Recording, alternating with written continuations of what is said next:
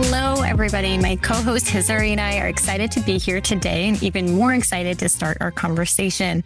Our guest today is Dr. Amy Green from Hopelab, a social innovation lab dedicated to advancing solutions for youth mental well-being, focused on BIPOC and LGBTQ plus young people.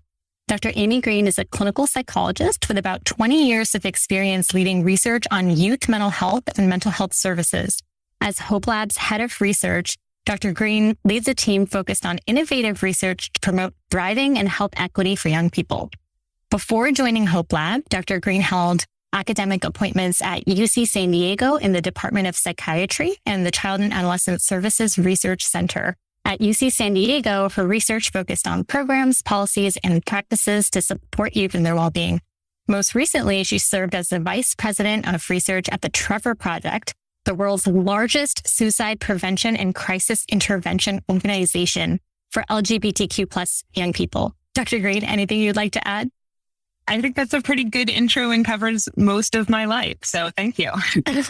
What an absolutely impressive background. We're so happy that you're with us today, especially since June is Pride Month. There's clearly a lot to talk about here. So let's talk. Welcome to BeingMe, Dr. Green. We like to start our BeingMe episodes by asking you to tell us a little bit about your teenage self. Were you confident? Were you shy? Did you participate in school activities, sports, debate, band? What was teenage Dr. Green like? What a great question. And I think that I'm a mix of a lot of those things. My teenage years were pretty interesting. Outwardly, I think I looked pretty good, probably pretty confident. Although on the inside, I think that I was a little anxious and shy in ways. I had a lot of friends. I was a jokester. I liked to make people laugh. I did really well in school and kept myself pretty busy.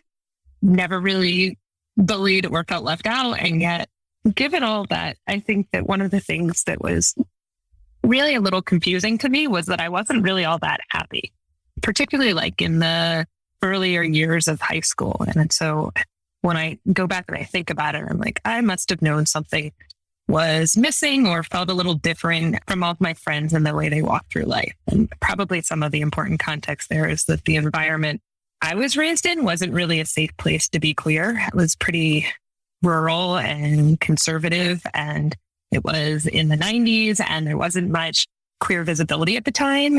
And what little existed was pretty negative and really scary. There were some pretty horrific things happening in terms of hate crimes at the national level.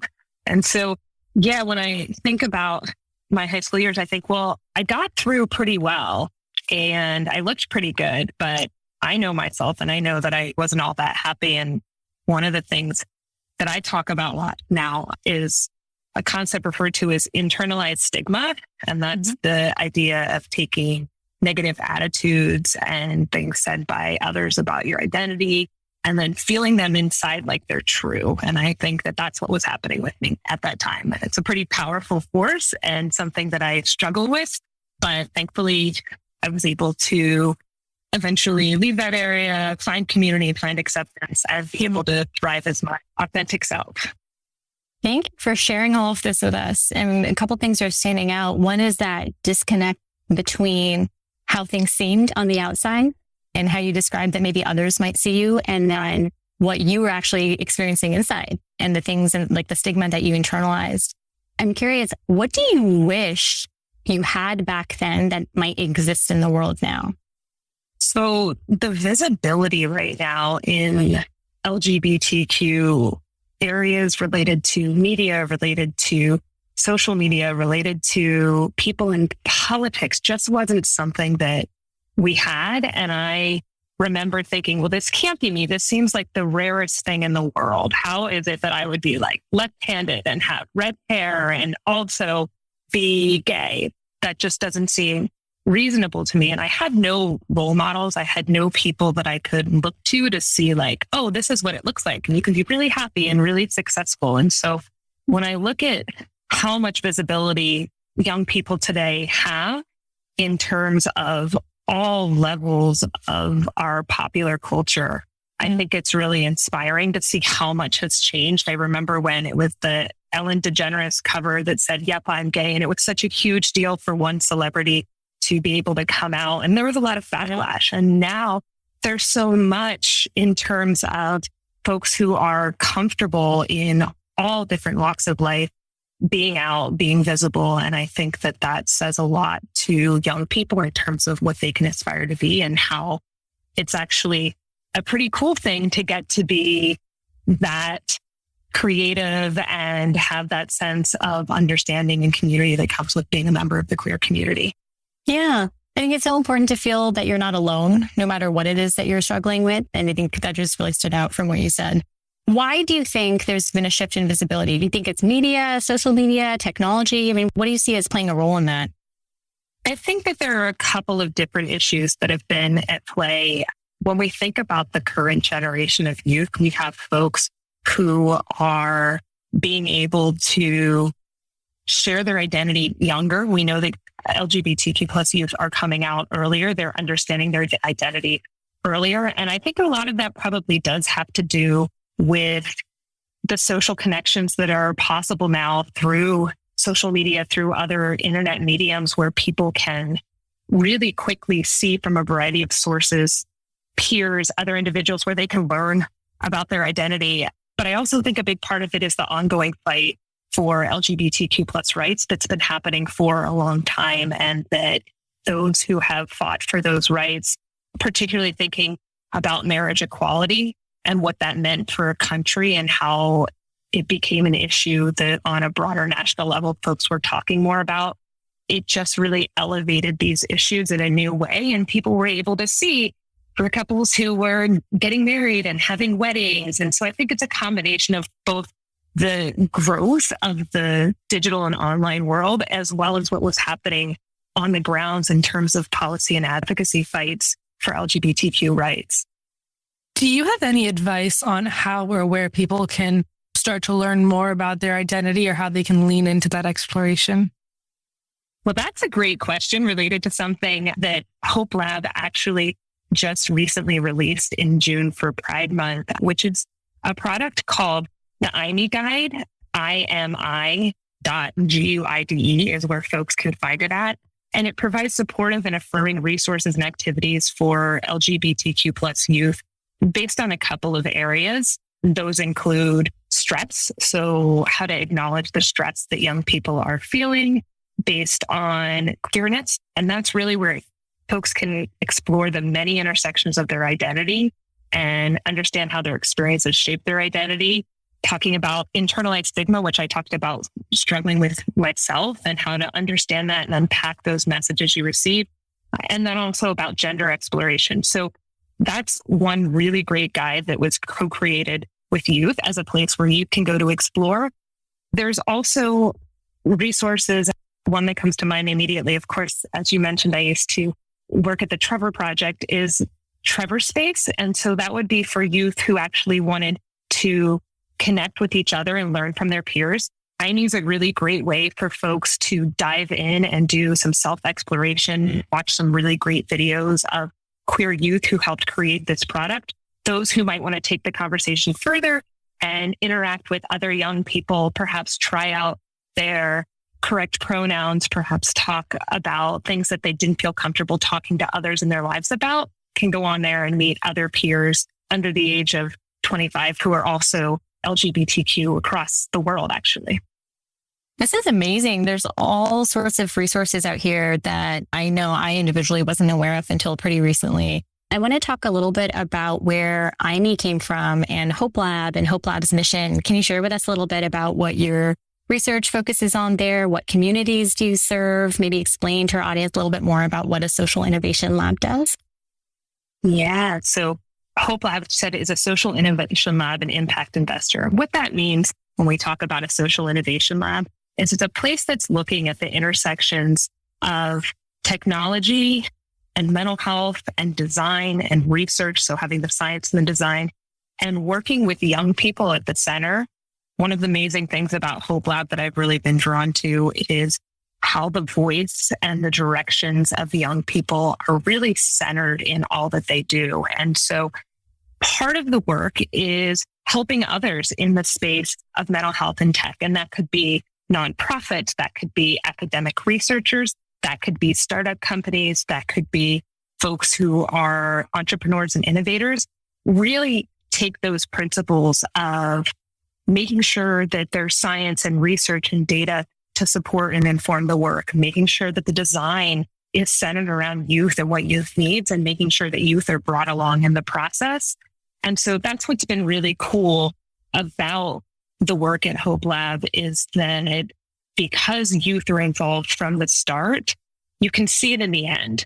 And so when we talk about a product like BeMe, if you go and look at the guide, what you'll see is youth voice, you'll see youth stories, rather than something where, and I love academia, I was there for over a decade, but oftentimes we get siloed where we as adults think, oh, we know what young people would want, and we create a product that we think the science backs and it's based on all the evidence. And then when you put it out there, young people may not be interested in engaging. And if people don't want to engage with your product, then it doesn't matter if it has all the scientific underpinnings to help them. And so really at Hopelab, my work and the work of the research team is using the expertise that we already have in research and strategy and working with the design team to help create products that are put out to the world that youth actually want to use and that still have that science that help them.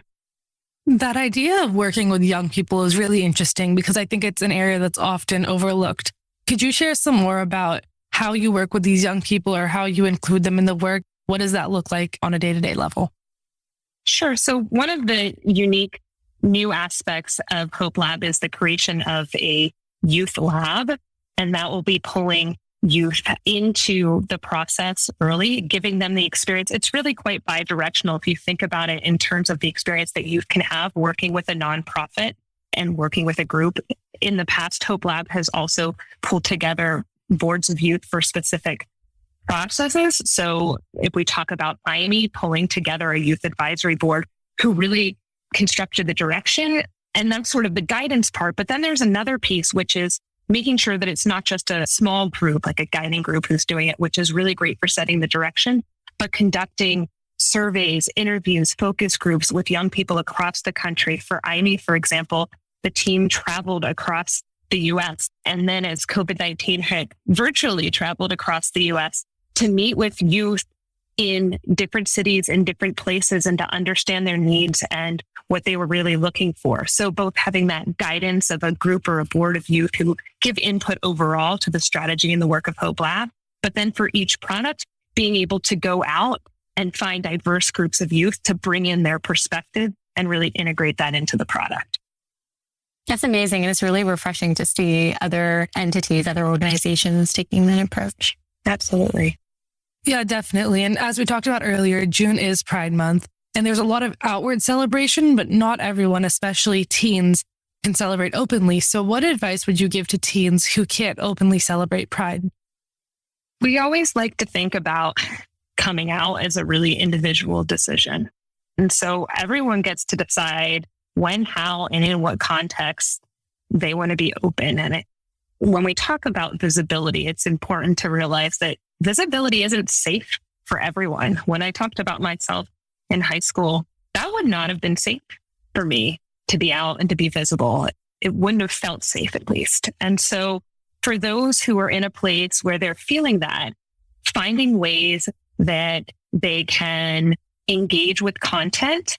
There's so much available on different platforms, on TikTok, on peer networks, places where they can engage in that content safely, and thinking again about how they can put themselves in a position where they can experience some of the positive aspects without experiencing as much of the fear and concern. And I think that Pride is for everyone.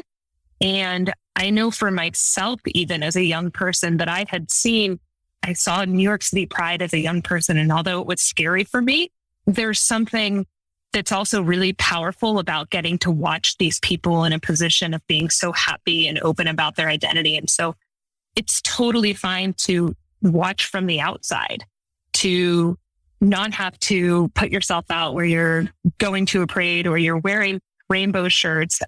It's very powerful just to be able to see people doing that and to know that one day you might be there, even if it can't be right now. I love the emphasis that you're placing on safe spaces, on participating in safe spaces, looking for safe spaces, creating safe spaces, seeing others create safe spaces. I mean, there's just so much there, and all roads lead back to having that safety. I think that's really, really important. I wanted to ask, when you think about LGBTQ plus teens and mental health as a field, what else comes to mind? What do you wish people knew? What have you learned from being a researcher in this space? Is there some data that you might be able to share with us? Sure. So unfortunately, research has consistently found that LGBTQ young people are placed at greater risk for a variety of mental health challenges.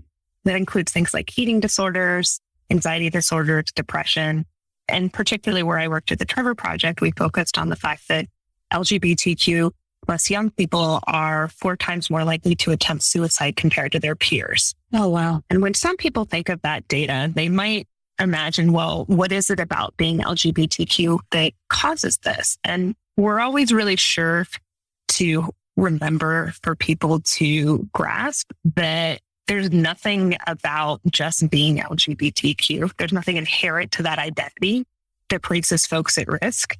It's the harmful experiences from others in society, things like discrimination, physical harm, rejection related to being LGBTQ that causes that risk. And so when we look at the data, we can say things like, oh, depression is higher, anxiety is higher.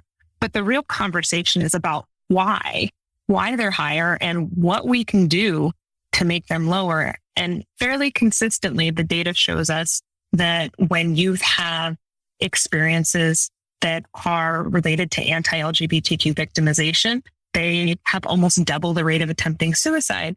But if we go on the other side, when they have access to accepting schools, accepting families, communities with high levels of LGBTQ plus acceptance, we often see almost a 50% reduction in the risk of suicide. And so the conversation about LGBTQ mental health is less about, to me, what can we do to change LGBTQ youth? Because the answer is nothing.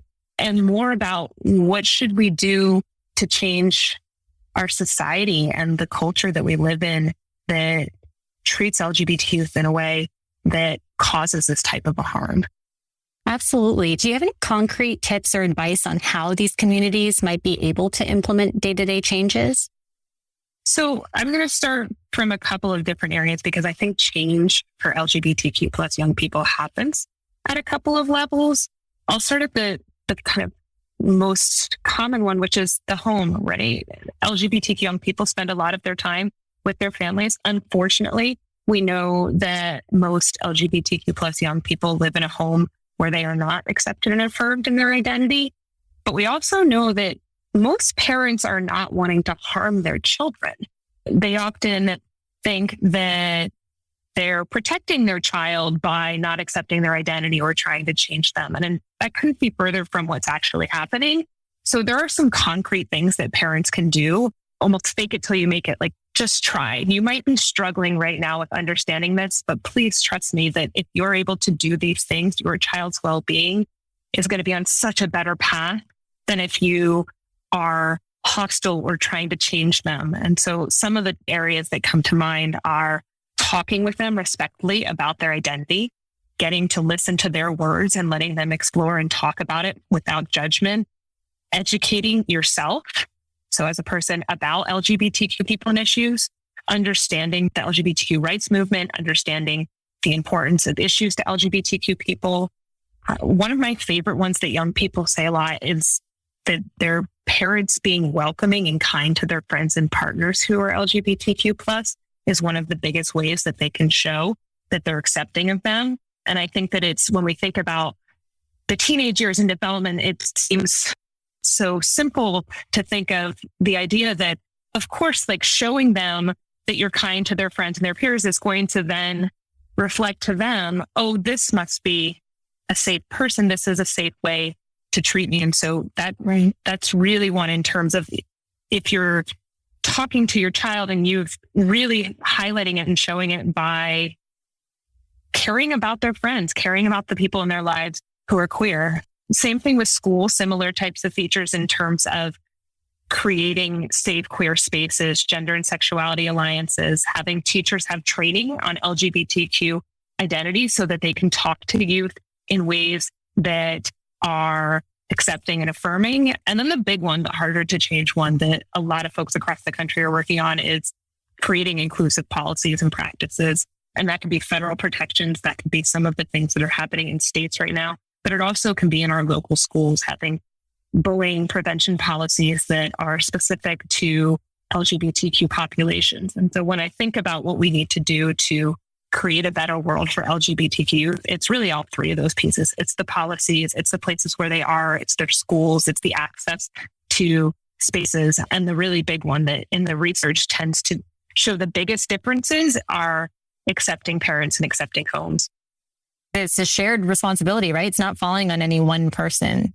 We all have a lot of work to do, I think, to create that safety all around. Absolutely. I should also say that one of my favorite findings from research that we did at the Trevor Project was that LGBTQ plus young people who had at least one accepting adult in their life had 40% lower odds of attempting suicide in the past year. And that really speaks to the role that everyone can have in helping LGBTQ youth, that being vocal, being accepting, being affirming, talking to them about their identity can make a huge difference. And it's something that, like you said about the shared responsibility, we can all take a part of that. Yeah. And it only takes one. It takes one ally, that one support, that one person in your corner. And it sounds like that could make all the difference. Absolutely.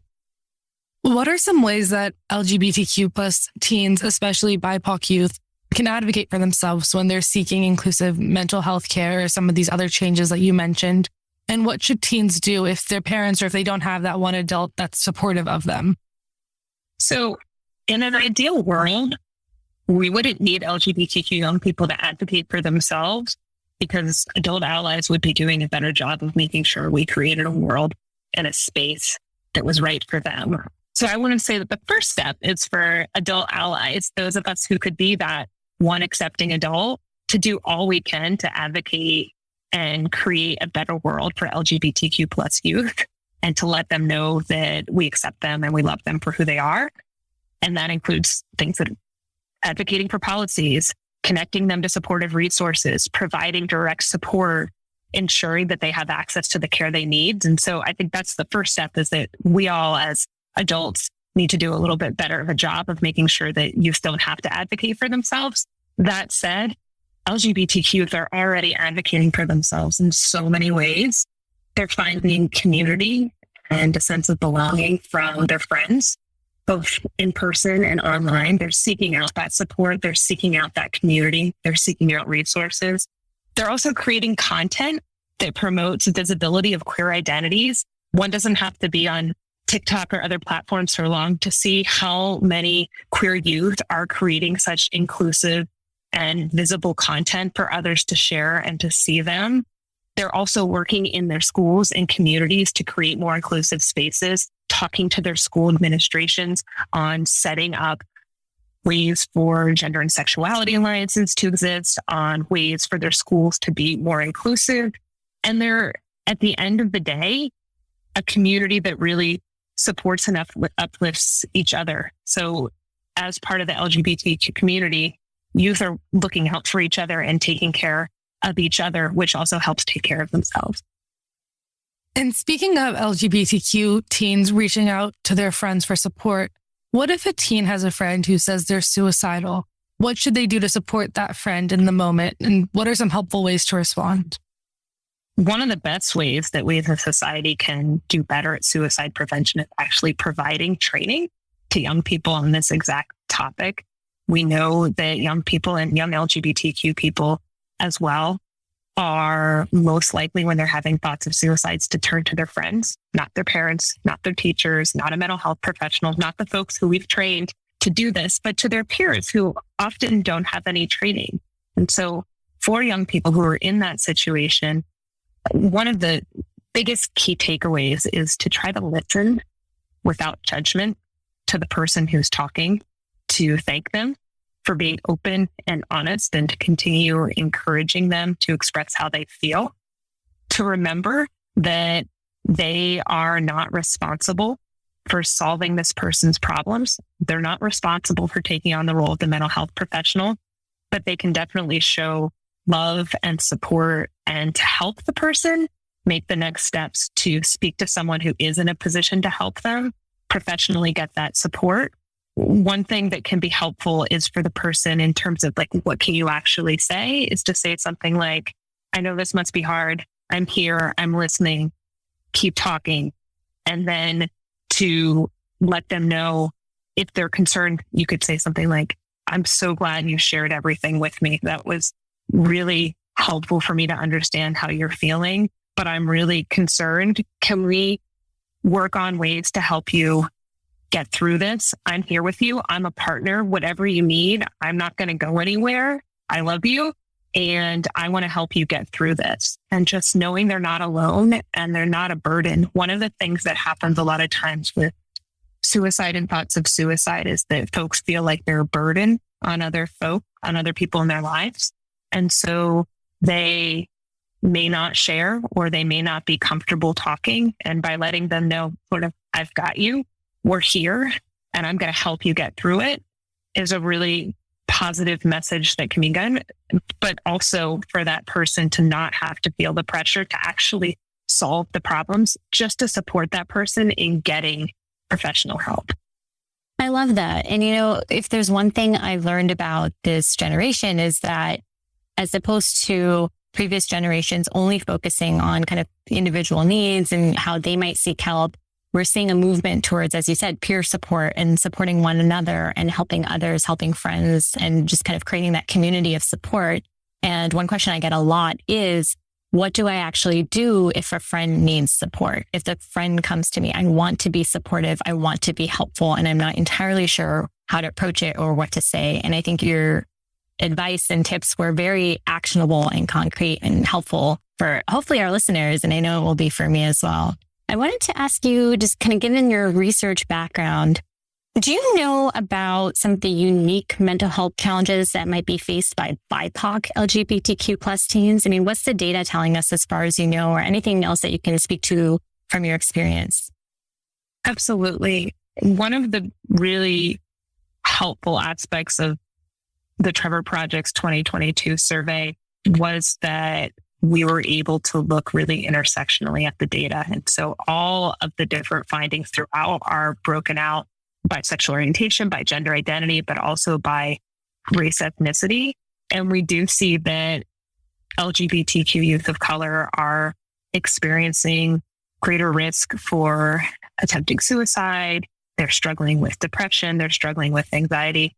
One of the areas that's always stood out to me is that despite having those higher rates of anxiety, depression, and suicide risk, those youth also tend to have the most difficult time accessing mental health care, and also being concerned that they wouldn't be able to find a provider who understood their identity and the intersections of their identity. And so thinking about a group of youth who are struggling and at the same rates of all LGBT youth, is a high percentage, I believe it's 80% of the youth, and that's pretty consistent across demographics, said that they wanted mental health care in the past year. So it's not a question of want, it's a question of how to get the right services to the right people. And that's one of the things that always sticks out with me, as well as the fact that when we talk about LGBT youth of color, they're experiencing those discriminations and harm often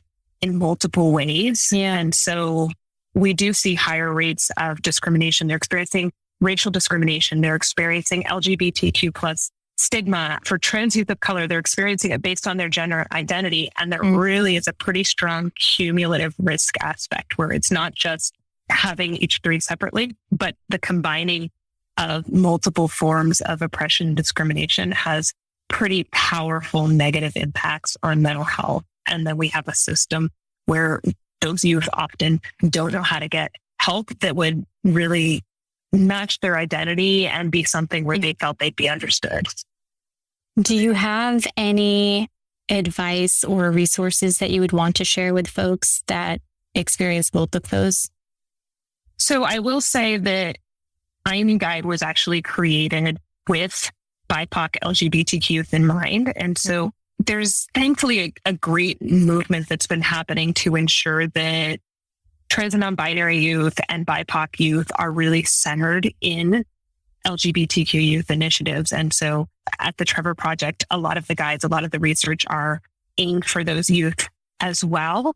When it comes to therapy, I think it's a little more challenging in terms of how to find those providers. And there are some, and they're out there. And Human Rights Campaign and Mental Health America actually has a really great resource that I can provide to you all if you would like to share it, that has tips on how LGBTQ youth, and it focuses a bit on BIPOC and trans population specifically, can ask questions when seeking out a new therapist to gauge the fit, to gauge if it's right for them. So questions that they can ask before having to actually go in. And I think that's actually an important point to note, which is that a lot of times people who haven't been in therapy before are afraid that they'll just show up and end up in a situation where, particularly for LGBTQ, there's a lot of concern of, will this be like conversion therapy? Will the person try to change me? And I like to remind people, you can ask questions to the person before you commit that this is someone you're going to open up to. This can be a two-way interview. You can talk to this provider and ask them questions. And if you feel comfortable and you like the answers, proceed. And if you don't, that's probably not the right fit for you. And so I think that's a great resource. Yeah. And I was going to say, and if you start working with one and then you find it's not a good fit, switch. I come across a lot is helping teens advocate for switching therapists because that fit is so important. It's such an important part of getting better as well. And I think sometimes folks, teens, kids, adults alike, are hesitant to make the switch. They don't want to be offensive to the clinician that they're working with. And usually that fit goes both ways. And it's such an important part of the therapeutic relationship that I encourage people to try someone on for size. And if it doesn't work, move on and try somebody else until you find that person. Because as you shared before, it only takes one. I love normalizing that too. With many other things in our lives, we don't just take the first one we get. We spend time and figure out, do I like this? Does this fit? Is this right for me? And we should think of therapy as the same way, that you really want to find someone that's the right fit. Yeah. And I think most people can get a sense of that. And like you said, even if it's partially through the process, if you realize it's wrong, switch, because it's your mental health and well-being that you're talking about. And there's probably a much better fit for you where you'll make a lot more progress. Exactly. I mean, we don't all marry the first person we go on a date with. Right. Absolutely. In the last few months, we've seen a lot of weighty news for the LGBTQ community. But what are some of the positives? Are there any silver linings or glimmers of hope that the LGBTQ teens should look at as signs that things are getting better and that they're changing? And how might teens advocate for the change that they want to see? There are positive aspects in there, and I think that they get lost a lot because of how loud the messages and how scary, let's be honest, that the messages are coming from a national level with things that we're seeing in places like Florida in education and in states that are considering or have implemented policies affecting trans rights and trans healthcare. But in the day-to-day, if we go outside of those sort of larger issues, in the day-to-day, a lot of queer folks are thriving and are enjoying their lives, and the fact that they have, I talked in the beginning about visibility. There are so many queer recording artists, queer actors, queer content creators that youth are able to engage in and to take joy in. It's also June, it's Pride Month. Sometimes we lose sight of it, and I do too. Sometimes we lose sight of all of the rainbows around and all of the people who for the month of June may start wearing clothing that look very prideful that we haven't seen before. But it's also a sign of how many people there are in the world now, and in the US specifically, who really support this community. And I don't think we would have seen it in such a mainstream way in decades past. And so it gives me a lot of hope. And I have to remind myself that, especially living in a place like LA, that those rainbow flags, those expressions of pride, for me as a teen, if I had any access to that, how amazing and powerful that would have been. And I think it's really important for us to still remember those little pieces and to think of how much progress there was. It's easy to get caught up on there are negative things happening, but we look on the TV, if we listen to music, if we go on social media, and if we look around our communities, we can see those signs of progress really everywhere. And I hope that people don't lose sight of it. And for those who thankfully have always grown up in this world, that they remember that this is how progress happens and that it will continue to wax and wane, but we're going forward. We're going forward and there will be setbacks. And it's a beautiful place, I think, where we're going because we've already gotten so far from where we started. You're so right. I hope to see more focus on these rays of hope and taking pride in identity and all the progress. And I appreciate your sharing that with us. Thank you. Absolutely. Dr. Green, thank you so much for speaking with us today. This was a really constructive conversation that'll certainly help a lot of teens. Thank you so much for having me and talking about these important conversations. Of course. Dr. Green, before we go and before we let you fully off the hook, do you have any advice for our teens who are listening, both our LGBTQ plus teens and all for teens in general, no matter how they identify? Yeah, one thing that I think is important so I was just at a youth wellness summit hosted by the Surgeon General, and a theme kept coming up, which was that we're a bit beyond mental health awareness. May was Mental Health Awareness Month. But when we talk about young people, they're already aware.